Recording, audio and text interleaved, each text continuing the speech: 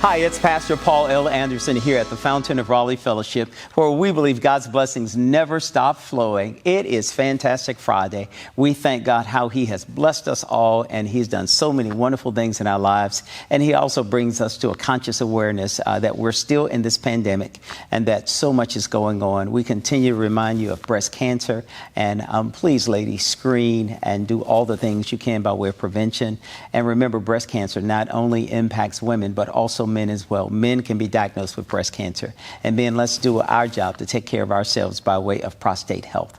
Just the other day, a few days ago, we had a very tragic blow that Colin Powell, that Joint Chief, the guy who did so much in many of our lives, the one who crossed over boundaries that many people were not able to cross.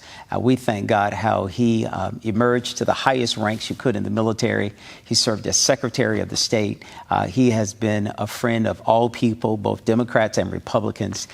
We send out our thoughts and prayers to his family, and it reminds all of us that even in the midst of this virus, that so much can happen, especially when we have loved ones who have compromised immune systems, those who are living with cancer, and those who are dealing with all the issues that take place. Let's remember to do our ample best to take care of ourselves and take care of them as well. And so we send out our prayers to the Powell family. And thank you all for giving me a moment to say that. Please look with me into the Word of God today. I think God always has something powerful to speak to our situations. And today we find out of the book of Nehemiah, the first chapter, a very powerful word that comes to us. The entire first chapter, it talks about there's a man by the name of Nehemiah. Nehemiah was one of those ones that God had lifted him to the ranks. And it tells us in this chapter that he was the cupbearer for the king. That means he was the one who did the tests and the taste of everything that the king drank, everything that he ate. He had to have good discernment. He had to hear from God. It was his job to make sure that the king was never poisoned by anything, or that the king would always be in good health, and whatever he ate would not disagree with him. So Nehemiah finds himself in a very unique position, and that he is now hearing from his relatives. They're saying that they have gone back to Jerusalem, and the place doesn't look the way it should. And so Nehemiah begins to let us hear how he is going through a period of depression. He's depressed because his home city, the place where he knows God has delivered his people, the place where was once fortified, the walls are all crumbling down, and it doesn't look like or represent what God would have his people to look like. So Nehemiah gets into a period of depression. Here in the text, it lets us see that he doesn't eat for days. He just stays away from everybody. He takes a break from the king. And Nehemiah prays to the God of heaven. He says, God, I know you would want more and you would want better for all of these, your people, and for my people.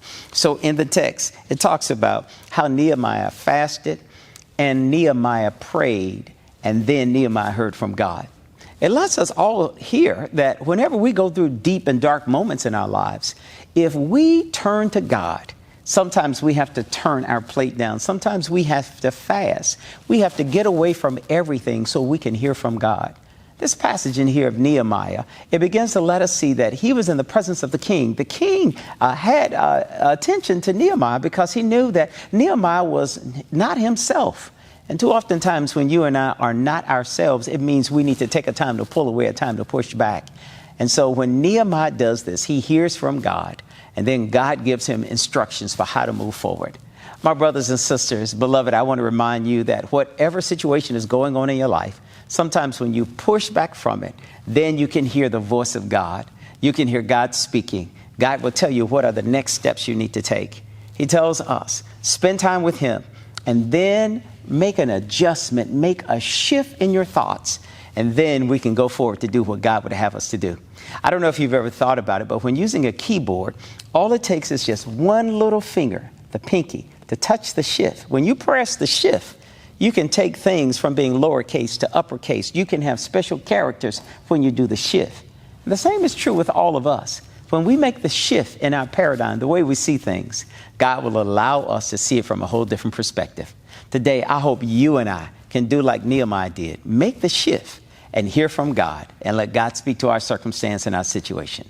May God bless you. May heaven smile upon you. And remember, regardless of your circumstance or situations, you are exceedingly and abundantly blessed. To sow a seed to the Fountain of Raleigh Fellowship, visit our newly redesigned website, thefountainofraleigh.org, and select Sow a Seed from the homepage. Also, giving has been made easier with the new Fountain of Raleigh app, available now in the Apple App Store and Google Play Store. Download today, select Giving from the main menu, and then follow the directions to complete your giving through Subsplash. Thank you so very much for all of your gifts and donations that you've given to the Fountain of Raleigh Fellowship. We thank you for what you've done in the past, what you're currently doing, and what you will do in the future. Your gifts and donations helps us to spread the gospel of Jesus Christ, not only locally, but throughout the world. Thank you again for your gifts, and may God continue to richly bless you. It is here at the Fountain that we believe that we are exceedingly and abundantly blessed, and may you receive those blessings that God has in store for you.